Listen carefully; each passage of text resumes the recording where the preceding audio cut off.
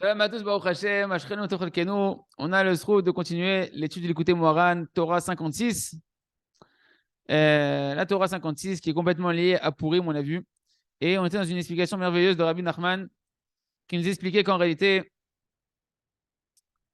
tout ce qui existe sur terre, tout, tout, absolument tout, est vitalisé par Akadosh Baruch Hu. Hashem, il entoure tout, il vitalise tout, il pénètre tout. Et notre milvado, il n'y a rien à Akadosh Baruch Hu. Et Akadosh Baruch Hu, il s'est habillé pour créer ce monde-là dans les lettres de la Torah. Donc tout ce qui est dans ce monde-là, ce sont des lettres de la Torah qui vitalisent de manière cachée de l'œil humain. Tout ce qui se passe dans ce monde-là, c'est de la Torah, c'est de la lumière d'Hachem qui est canalisée dans la Torah. Et Rabbi Nachman nous a dit, et même sache que dans chacune de tes pensées, de tes paroles, tes actions, même des pensées, des paroles, des actions de Avera, Chaz Shalom, là-bas, il se cache Hachem, il se cache une Torah d'Akadosh Baruch Hu. Avec les tzadikim, justement, ils nous font faire tchouva en nous rappelant, en nous faisant faire savoir que même quand tu es parti dans des endroits Hachem Ishmor, les plus éloignés, là-bas aussi Hachem il est avec toi, là-bas aussi il y a de la Torah. Et quand ils nous font savoir ça, on se rend compte qu'en fait, ben, alors je suis pas seul.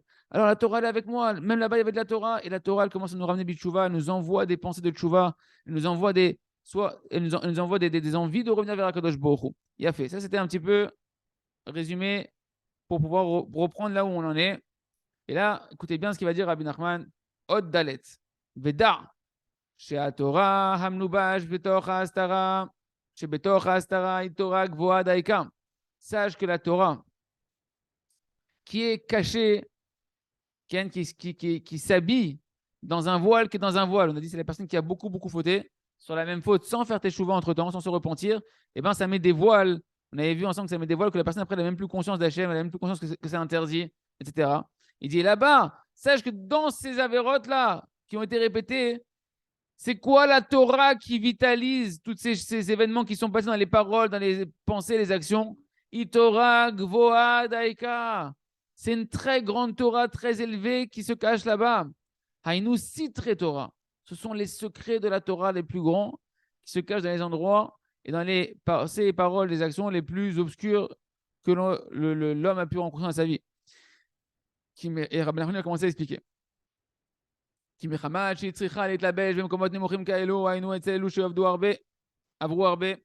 que du fait que maintenant, on parle ici d'une Torah qui doit aller vitaliser et donc qui va se revêtir, qui va vitaliser des endroits qui sont extrêmement bas spirituellement. On parle de qui? Des gens qui ont beaucoup transgressé la Torah, Shalom. Et dans notre génération, on en fait tous partie.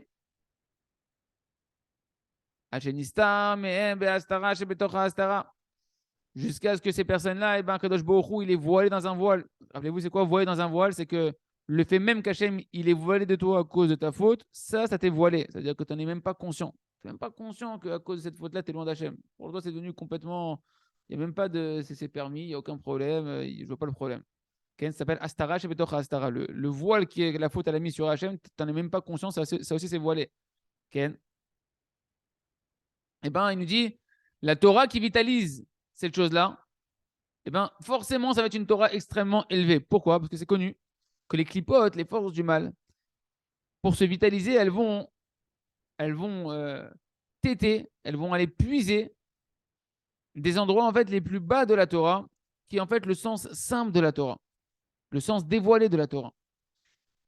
Et si Akadosh Baruch Hu, il vitalisait en fait les endroits des forces du mal en elles-mêmes qui sont les fautes, avec une Torah simple, avec une Torah d'un niveau simple, alors les forces du mal qui sont très très fortes dans les faux, etc., là-bas c'est leur domaine, elles auraient une grande emprise sur cette Torah qui est dévoilée, et donc elles pourraient prendre une énergie extraordinaire, Shalom, pour faire ce qu'elles ont à faire dans le monde, de cette Torah qui est dévoilée. Donc Akadosh Baruch Hu est obligé, c'est ce que vient de dire Rabbi Nachman, Valken, Chachav Hashem Itbarach Marshavot, les Vli, les Albisham Shate Torah. C'est pourquoi Akadosh Baruch Hu, il a dû penser à des stratagèmes pour faire en sorte de ne pas habiller dans les fautes d'un homme le sens dévoilé de la Torah. Parce qu'on a dit que toute chose est vitalisée par la Torah, toute chose est vitalisée par l'énergie divine qui est dans la Torah. Et donc, même dans les fautes, il y a une énergie divine qui est dans la Torah. Mais quelle Torah qui est là-bas? Pas la Torah dévoilée, pas la Torah d'un niveau qui n'est pas très élevé, qui est la Torah dévoilée. Pourquoi? Les Parce qu'Hachem, il ne veut pas que les forces du mal, dans les fautes d'un homme, elles puissent prendre beaucoup d'énergie. Si elles voient que la Torah, ils sont conscients que c'est une Torah ici, parce que la Torah, elle est dévoilée, c'est un sens simple, c'est un sens compréhensible de la Torah. Les forces du mal vont pouvoir aller là-bas et prendre beaucoup de force dans les avérotes d'un juif, Chas Shalom. Et donc, le dommage qui sera causé par la faute, il sera énorme. Ça sera donné une force aux forces du mal énorme. Alken ou mastir, ou malbisham Torah gavoa daika. C'est pourquoi, qu'est-ce qu'il va faire, Kadosh Baruch Hu? Il va cacher, il va habiller dans les fautes d'un homme, pensée, parole et action, une Torah précisément extrêmement élevée. Extrêmement élevée. Chez ici, très Torah, qui sont en fait les secrets de la Torah. Chez Torah Hashem be'atzma, kedeshelo yochlu aklipot nok misham arbe. Qu'en réalité, c'est quoi? Ces secrets de la Torah qui vitalisent, qui sont habillés dans les fautes, c'est la Torah d'Hachem bémet en elle-même. C'est-à-dire quoi? C'est une Torah. Ce sont les secrets de la Torah où là-bas, quand tu vas là-bas étudier, c'est comme si c'était Hachem lui-même, tellement là-bas, Hachem, il est dévoilé dans les secrets de la Torah. Pourquoi? Afin que les forces, afin que les forces du mal ne puissent pas en profiter et pouvoir s'abreuver trop de l'énergie de la Torah qui se cache dans les avérotes. Je vais dire, attends, je ne comprends pas. Précisément, tu vas mettre là-bas les secrets de la Torah, c'est une énergie extraordinaire, etc. Oui, mais ils sont cachés. Ils sont cachés. Et donc la Torah, les forces du mal ne sont pas conscients ici qu'il y a de la Torah. Quand tu lis les contes de Rabbi Nachman, tu crois que c'est des secrets de la Torah? C'est une histoire. C'est une petite histoire ici. Tous les grands secrets de la Torah dans la Gemara, c'est les histoires. Toutes les histoires de la Gemara, tu vois, c'est bon, ça va, c'est bon, viens, on va aller se creuser un peu les neurones, viens, on passe dans les raisonnements. Les histoires, c'est pas la peine. Ce sont les plus grands secrets de la Torah, les 15 premiers enseignements du Likutei Moharan. Rappelez-vous, sur Joie de vivre, on a fait les 15 premiers enseignements du Likutei Moharan, les histoires merveilleuses de Rabba Bar qui sont racontées dans la Gemara. Ce sont les Torotes les plus profonds du Likutei Moharan, cachées dans des histoires. Et parce qu'en fait, quand tu lis une histoire, tu ne te rends pas compte ici qu'il y a des secrets. Alors que pour pas que les forces du mal puissent, dans les Avérotes, aller s'abreuver de la Torah qui vitalise tout, et que si jamais c'était une Torah qui est dévoilée, qu'on voit que c'est de la Torah, qu'on comprend vite le sens simple de la Torah, elle pourrait vite se jeter dessus les forces du mal dans les Avérotes et s'abreuver et prendre énormément de force, alors que Baruch il a caché dans les Avérotes, parce que forcément tout doit être vitalisé par Hachem, sinon ça n'existerait pas. Il y a caché les plus grands secrets de la Torah, où là-bas tu ne te rends même pas compte que c'est de la Torah, tellement c'est secret, tellement c'est caché, tellement c'est codé. Mais ce qui se passe, les amis, c'est que dans les secrets de la Torah, si nous dit Rabbi Nachman, c'est la plus grande lumière, le plus grand dévoilement d'Hachem qui se cache. Où on voit ça? Sortie d'Égypte. Bifrinat, ve'avarti ve'eretz Mitzrayim, ani velo malach, ani velo shaliach, ani Hachem, velo acher. On dit dans la Haggadah, elle cite un verset de sortie de Mitzrayim, de Shemot, Yudbet, où là-bas c'est marqué, et moi Hachem, au moment de la sortie d'Égypte, quand il y a eu la Makkah de Bechorot, etc., la mort des premiers-nés, là-bas, Kadosh Baruch Hu, il a dit, et moi, je vais descendre en Égypte, c'est moi qui vais passer en Égypte. Et la Haggadah, le Baal Haggadah, il dit, c'est quoi que Avarti, moi, je vais passer en Égypte? Ce qu'on dit à Pessah, Ani velo malach. Hachem, il a dit, moi, je vais venir et pas un ange. Moi et pas un envoyé. Moi, Hachem et personne d'autre. Pourquoi? Il dit Rabbi Nachman, parce que qui be'eretz Mitzrayim, ששם מקום הקליפות מאוד, על כן שם דייקה מלובש ומוסתר השם יתברך בעצמו אנו תורת השם ממש. Parce qu'en réalité, en Égypte, que là-bas, c'est l'endroit des forces du mal par excellence, de l'idolâtrie, de la débauche, que c'est un endroit extrêmement bas spirituellement, que l'homme Israël est tombé dans les 49 degrés d'impureté. Si jamais Akadosh Baruch Hu, il avait envoyé là-bas un malach, ou il avait envoyé un envoyé de la Kedusha, d'un niveau plus petit que Akadosh Baruch Hu, les forces du mal étaient tellement fortes là-bas qu'elles auraient pompé de l'énergie et elles se seraient directement abreuvées. Elles auraient pris de cet envoyé-là ou de ce malach-là énormément de force. Alors que Kadosh Baruch Hu est descendu lui-même en Mitzrayim. Parce que personne ne peut toucher à Kadosh Baruch Hu, personne ne peut s'attaquer à Kadosh Baruch Hu. Il dit le Rav Dessler que d'Afka sur ce passage-là, c'est une parenthèse. Il dit pourquoi Kadosh Baruch Hu a dû passer lui-même en Égypte? Parce qu'on était tellement dans l'impureté, tellement enfoui dans l'obscurité. C'est une parenthèse. Que s'il avait envoyé des anges, ce dévoilement divin des anges, il n'aurait pas été suffisant pour nous faire quitter les plaisirs illusoires, les faux plaisirs que le Ham Israël était enfermé en Égypte. Il aurait dit ouais, c'est bon, c'est mignon un ange et tout, mais on est bien ici. Par contre, quand c'est Hachem lui-même qui est descendu en Égypte, la lumière et le dévoilement d'Hachem était tellement grand, le ta'anoug, le plaisir de sentir Hachem tellement grand pour la Neshama, que tout de suite, ils ont voulu partir d'Égypte sans plus réfléchir parce que c'était une lumière extrêmement grande. Je fais la parenthèse Alken, Sham Daikam, Lubash, ou Mustar, Hachem Idbara, Beatzmo. Je dis Rabbi Nachman, donc comme tu vois qu'en Égypte, c'est Hachem lui-même qui est venu, sache que dans les endroits les plus obscurs, dans ton Égypte à toi, dans ton esclavage de tes mauvais désirs et de tes mauvais traits de caractère où tu es enchaîné, là-bas, si tu apprends à faire tes chouvas et tu écoutes la voix du tzaddik, je te dis que même là-bas, Hachem, il est là. Même là-bas, la Torah est là-bas. Et pas Stam de la Torah. Les secrets de la Torah, ils sont là-bas. Ils se cachent là-bas. Hachem Beatzmo. Tu vas là-bas, tu peux rencontrer précisément dans la plus grande des chutes après, une personne qui travaille sa conscience, elle peut rencontrer directement Hachem lui-même. Haïnou Torah d'Hachem Mamash, c'est la Torah d'Hachem Mamash, une Torah qui est d'une pureté extraordinaire, qui sont si très Torah, les secrets de la Torah. על כן, דייקה מההסתרה שבתוך ההסתרה, כשחוזר ומהפכה לדעת, נעשה ממנו דייקה תורת השם ממש. כי שם נסתר תורת השם, סתרי תורה כנ"ל. Il dit Rabbi Nachman, c'est pourquoi lorsque maintenant, précisément, dans l'obscurité de l'obscurité, dans le voilement du voile, lorsque le tzaddik, par son étude de la Torah, il va prendre conscience et dévoiler au Ham Israël, au Neshamot du Ham Israël, que Hachem il est partout, que Hachem il est avec eux même dans les fautes, que Mamash, que la Torah elle était avec eux même dans les fautes, que Kadosh Baruch Hu, il n'est pas loin d'eux, que Hachem il les aime même là-bas. Il transforme donc le voile en une conscience d'Hachem. Et il dévoile en fait la Torah qui était cachée dans les fautes. Et Mamash, c'est la Torah d'Hachem, Mamash qui dévoile, c'est-à-dire les secrets de la Torah, parce que dans cette Torah-là, c'était une Torah cryptée, une Torah qui sont les secrets de la Torah, d'un niveau extrêmement élevé. Et cette Torah, elle va, quand elle se dévoile, éveiller les âmes des fauteurs à revenir Bitshuva, à revenir vers Hachem. Et maintenant qu'elle voit Hachem comme en Égypte, quand on a vu Hachem qui est venu, tout on est parti derrière la Nanakavod, on est parti derrière le Hamouda Esh, la nuée de feu, la nuée de gloire, le Ham Israël, il est parti. Il était happé par la lumière d'Akadosh Baruch Hu parce que c'est Hachem lui-même qui est venu. C'est pour ça que des fois tu vois des grands Rechaïm qui deviennent des grands tzadikim, qui deviennent des grands balais de Chouva. Parce qu'en réalité, et qu'après, quand il te parle, tu te dis, mais comment il parle des trucs comme ça avec tout ce qu'il a traversé? Parce qu'il a rencontré une lumière extrêmement élevée dans ces endroits-là. C'est pour ça que c'est marqué que Bemakom chez Balei Tshuva Omdim, les endroits où ceux qui se repentissent, qui sont des Balei Tshuva, qui font Tshuva, ils se tiennent. Même les plus grands tzadikim ne peuvent pas se tenir là-bas. Pourquoi? Parce que la Torah qui vont dévoiler les Balei Tshuva, c'est une Torah qui sont des secrets d'Hachem. Et Béhémet, Hachem Idbarar, qui a une dimension où il envoie des Neshamot, précisément comme dans la génération, où malgré nous, on traverse des fautes et des fautes et des fautes avant qu'on se réveille à la Tchouva, ça prend du temps. Avant qu'on se rapproche du Tzadikim, qu'on entende la voix du Tzadik, la voix des Tzadikim, la voix de Rabbi Nachman, la voix des élèves de Rabbi Nachman, la voix de la Chassidoute, la voix de tous les Tzadikim. Ça prend du temps avant qu'un Ben Israël se réveille. Mais quand il se réveille, eh ben, il va dévoiler des secrets de la Torah qui étaient cachés, qui étaient liés à sa Neshama, qu'il a rencontré dans les fautes qu'il a rencontrées. Et c'est pour ça qu'on s'est marqué également que celui qui fait tchouva par amour pour Hachem, alors ses fautes volontaires elles se transforment en mérite. Parce que qu'est-ce qu'on est en train de voir ici? C'est pas Stam, un chizouk que la Gemara elle dit. C'est pas Stam pour te faire du bien que la Gemara elle dit ça.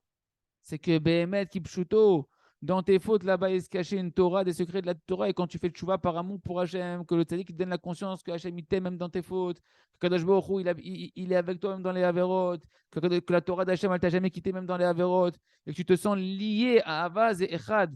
Avaz et Gematria Echad. Avaz c'est 13, Echad c'est 13. Que tu sens que tu fais un, que Israël, la Torah et Hachem c'est un, c'est indéfectible. Et que tu te reprends d'amour pour Hachem et de la Torah. À ce moment-là, tu fais tes choix par amour et tu transformes les fautes en Torah, en secret de la Torah. Tu vas pouvoir après toi-même parler à des gens qui étaient dans le même milieu que toi avant, dans les mêmes endroits que toi spirituels, dans les mêmes bassesses spirituelles que toi, et tu vas pouvoir les renforcer. Tu vas leur donner une Torah qu'il n'y a que toi qui peux leur dire, personne ne pourra entendre. Les gens qui sont éloignés, qui c'est qui peut leur parler? Que des gens qui étaient éloignés, qui ont fait le chouva. Que des gens qui sont passés par là aussi, qui sont sortis. Et ils ont une Torah à leur donner, des enseignements à leur donner, une lumière à leur donner qu'il n'y a que eux qui peut leur donner. C'est la lumière qu'ils ont reçue d'Hachem par les tzadikim dans les endroits qu'ils ont traversés. Est-ce que vous avez des questions par rapport à ce qu'on a vu de ici avant qu'on passe un petit peu à une autre notion que Rabbi Nachman va développer?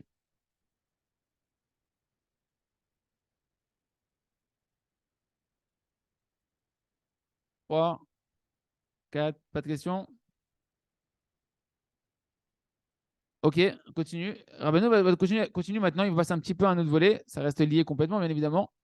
Et il va nous définir en réalité quelle est la force de la Touma, de l'impureté, qui fait tomber un homme dans la maison des femmes qu'on a parlé, c'est donc dans l'éloignement d'Akadosh Baruch Hu, et qui fait qu'on oublie Akadosh Baruch Hu. Et comment faire pour se renforcer sur lui? Donc on commence la haute. Hey. Dit Rabbi Nachman, et en regard de la royauté de la Kedusha, de la royauté du bien, il y a la royauté du mal. Aïnou Malchut Aman Amalek. C'est la royauté de Aman et Amalek. Je rappelle qu'on n'a pas du tout fait exprès pour ceux qui sont en live. C'est pas du tout, on n'a pas fait exprès de faire ça avec Purim, c'est la Torah qu'on est en train de faire. Et la Hashem est très liée avec Purim. Donc la royauté du mal, c'est la royauté de Aman, Amalek, qui combat la royauté de la Kadosh Baruch Hu, si on peut dire ainsi. Moi, je Katoub, Reshit Goïm, Amalek, comme c'est marqué que la tête des nations, c'est Amalek. Donc la tête, c'est le roi. Donc le roi des nations, entre guillemets, la royauté du mal, c'est Amalek. Donc on appelle la royauté du mal. Vezel Eomadze, Asa Elohim. Et Dieu, il les a mis l'un en regard de l'autre. C'est-à-dire que Kadosh Baruch Hu, il fait toujours qu'il y a un équilibre pour le libre arbitre entre les forces de l'impureté qui vont avoir une similitude, une symétrie diamétralement opposée par rapport aux forces de la Kedusha, de la sainteté. Et ici, Amalek, il va être le représentant opposé du roi d'Israël, de la royauté d'Israël, de la royauté du bien. Parce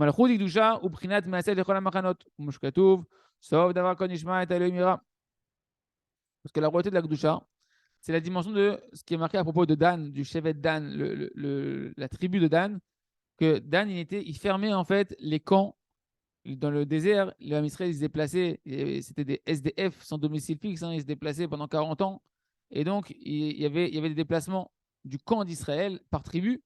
Et il y avait le camp qui fermait, qui bouclait tous les camps, qui était celui qui était en fermeture de marche, c'était le camp de Dan. On l'appelle Measef Lechol HaMachanot, celui qui va rassembler tous les camps des tribus. Et en réalité, cette appellation-là vient en réalité définir la malchut de la Kedusha, la royauté de la Kedusha, que la royauté dans les sphirotes, c'est la dernière des sphirotes de dans chaque sphirote, la dernière des sphirotes, c'est la malchut, dans les sphirotes, c'est la malchut, pour dire quoi? Qu'elle vient en fait, elle, être le rassembleur de toutes les sphirotes qui sont au-dessus. C'est elle qui ferme la boucle, qui va être celle qui va clôturer. Comment chez Katouv, sauf d'avoir Konishma et Talumira, d'où tu vois que c'est vraiment elle qui est à la fin et qui clôture. C'est marqué dans Kohelet 12, qu'on dit même avant le Birkat Amazon, sauf d'avoir Konishma. À la fin de toute chose, tout est entendu. À 120 ans, on saura toute la vérité. Quand ma chère revenir, tout le monde saura la vérité. Sauf d'avoir Konishma, à la fin, tout est entendu. Et Elohim ira, et Dieu, tu craindras. Crains Hachem, parce qu'au final, tout va, le rideau il va se lever à un moment donné. Donc crains Hachem, c'est le sens simple de Shlomo Amalek de Kohelet. Maintenant, il dit Rabbi Nachman, en réalité, dans ce sens simple, après ce sens simple de ce verset, on peut voir ici la définition de la royauté, une des définitions de la royauté, que sauf d'avar, c'est quoi sauf d'avar? À la fin de toute chose, c'est la royauté. Zebechinat Malchut, c'est la dimension de la royauté. Comment il voit ça Rabbi Nachman ici dans le verset? Moi, chez Katouv, il m'allait Mora shel Malchut. C'est marqué, si dans Pirkei Avot, Perek Gimel, s'il n'y avait pas la crainte de la royauté, alors les gens ils se mangeraient les uns avec les autres. Si on n'avait pas la crainte de l'autorité, etc., s'il n'y avait pas la police, etc., tout le monde serait la loi de la jungle. Et comment c'est marqué là-bas? S'il n'y avait pas la crainte de la royauté. Donc tu vois que la royauté, elle est liée à la crainte. D'accord? La royauté, elle impose la crainte parce qu'il y a un roi, parce qu'il y a une autorité. Alors on a une peur qui nous permet de nous contrôler. Donc quand dans le verset c'est marqué à la fin de toute chose, tout est entendu et Dieu tu craindras. Donc en fait, la crainte dont on parle ici, Dieu c'est Elohim, c'est la tribu de rigueur. Et donc la crainte de la tribu de rigueur, c'est la représentation de la royauté, que la royauté, eh ben, elle inspire la crainte par le pouvoir, le pouvoir qu'elle peut avoir sur nous. Donc Elohim ira, et Dieu tu craindras, ça représente la royauté. Et donc quand c'est marqué au début, sauf d'avar, à la fin de toute chose, tu craindras ton Dieu, c'est que craindre ton Dieu, c'est la royauté, et sauf d'avar, c'est la qualité de cette royauté-là qui va être celle qui va terminer en fait tous les niveaux de la Kedusha. Donc le verset vient te dire que la royauté de la Kedusha, c'est la fin de toute chose. Celle qui va clôturer les camps de la Kedusha. Le Rav il explique ici que la Malchut dans les sphirotes, c'est la dernière des sphirotes. Elle se trouve en dessous de toutes les autres sphirotes. Et donc on l'appelle celle qui va rassembler, qui va être qui va clôturer les sphirotes. D'accord? Et elle est, si on peut dire ainsi, à la fin. D'accord? Et elle va être la la frontière, la Malchut, la sphère de la royauté, elle va être la frontière entre la Kedusha et la Touma. Parce que dans les dernières sphérotes, d'accord, on va prendre la sphère de la Malchut, bah, la dernière sphère, ça va être aussi la Malchut, Malchut et Malchut. Et après, en dessous de la royauté, c'est les forces du mal. Donc celui qui va être la barrière entre tout le camp du bien et le camp du mal, c'est la Malchut. C'est ça un peu qu'il avait le rôle d'Anne. Dan, il clôturait le campement d'Israël. Et juste après, c'était la fin des nuées de gloire. Et c'est là où les ennemis pouvaient venir. Et donc, Measef, l'Echol Machanot, celui qui va clôturer et qui va être la frontière entre le camp d'Israël, de l'Akdoucha, et derrière les forces du mal. Où là-bas, les forces du mal vont essayer d'attraper justement ceux qui sont à la traîne, comme dans les nuées de gloire. Ken, ce qu'on va voir tout de suite, ceux qui étaient fatigués, qui n'avaient pas de Yirat Shamaim, qui pouvaient avoir des problèmes au niveau du brit, etc., eh ben, ils étaient repoussés par les nuées de gloire à l'extérieur des nuées de gloire. Et c'est là où Amalek, il venait, et c'est à eux qui s'attaquaient en particulier, parce qu'ils étaient plus protégés par les nuées de gloire. Ils étaient à la traîne du camp. Donc, ils étaient derrière le Measef Kalamachanot, celui qui vient clôturer tout le camp de l'Akdoucha. Ils sont sortis de la royauté de l'Akdoucha et ils rentrent dans la royauté du mal qui est Amalek. Bechinat Machanedan, chez où Measef Yechol Machanot, il me dira cette notion-là qu'on est en train de voir de la royauté, c'est la dimension du camp de Dan, dans les tribus. Je vous ai dit que Dan, c'est celui qui clôturait toutes les, tous les camps dans le déplacement du Ham Israël. Et c'est lui qui était le Measef Yechol Machanot qui venait fermer et rassembler tous les camps. Donc, le Rav il explique, lorsqu'on était dans le désert, la tribu de Dan, elle allait après tous les Shvatim, et tout celui qui était affaibli, qui était un peu faible, et qui n'avait pas la force de marcher avec sa tribu, donc normalement, chacun il se déplaçait avec sa propre tribu, et qui se retrouvait en fait isolé, et ben, qui c'est qui venait le récupérer, qui venait le rassembler? On a dit celui qui rassemblait tous les camps, c'est Dan. Dan, il était là pour venir et le garder avec lui. Et ici, ce qu'on va dire, c'est qu'en réalité, tous ceux qui sont tombés à l'arrière en fait, du camp, c'est ceux en fait, qui sont tombés de la Avodat Hashem, qui n'ont plus la force de servir Kadosh Baruch Hu, qui ont oublié leur propre force, qui peuvent vaincre la Yetzirah, qui ont oublié le goût de la Gdusha, etc., qui se sentent affaiblis. C'est la tribu de Dan, qui est la sphère de la royauté, qui va les rassembler, et qui va les renforcer, qui va les rapprocher, et qui va leur dévoiler de nouveau en réalité que la royauté d'Hachem elle est avec eux, que la lumière d'Hachem elle est avec eux, jusqu'à ce qu'ils vont leur redonner la force et le courage de retrouver leur tribu, de retrouver leur place dans la Kedusha. On va s'arrêter là pour aujourd'hui, Hachem. On continuera à expliquer demain cette notion de Dan, cette notion de royauté et ces combats qu'il y a avec Amalek. Hazak, Benitrazek, Ashreno, Matov, Halkeno.